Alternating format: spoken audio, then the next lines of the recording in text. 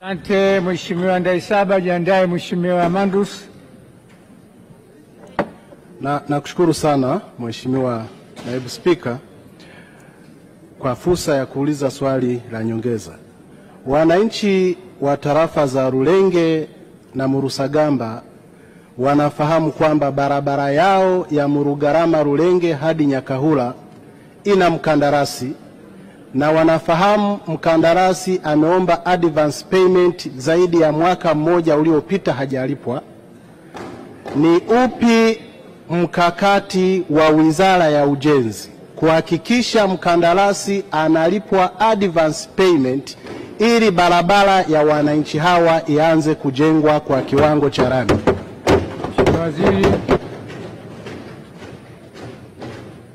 Asante Mheshimiwa Naibu Spika. Mheshimiwa Naibu Spika, nikubaliane Mheshimiwa mbunge wa Ngara.